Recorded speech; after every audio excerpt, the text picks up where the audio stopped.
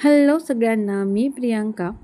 तर सध्या माझ्या रुटीनमध्ये बदल आहे, कारण मुलांनाही सुट्टी आहे. तर मुलंही मातीतच खेळत असतात, कारण त्या दोघांशिवाय कुणीही दुसरं खेळायला नाही.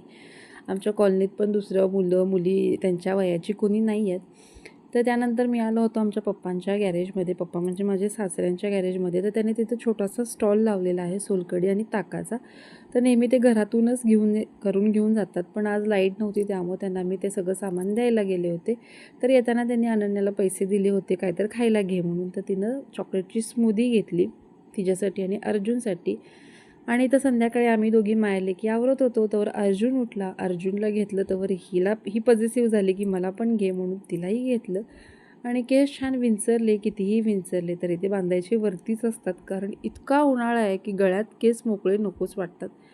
त्यानंतर आज सकाळी अमरनाथ आला होता अचानक भेटायला अर्जुनला. तर त्यानं येताना खायला घेऊन आला होता. तर अर्जुनलाही केक खूप आवडतो, म्हणून त्यानं संध्याकाळी उठल्यानंतर दूध काय प्यायला नाही, केकच खाल्ला.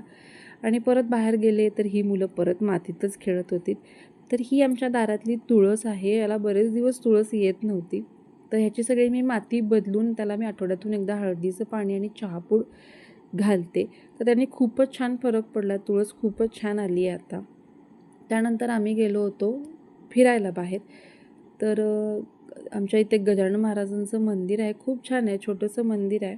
तर तिथं गेलो, तर इथं मुलं खेळलीत थोडा वेळ आणि मग घरी आलो. तर हे बघा आमच्या आंब्याचं झाड, हे हापूस आंब्याचं झाड आहे, आंबेही खूप लागलेले आहेत.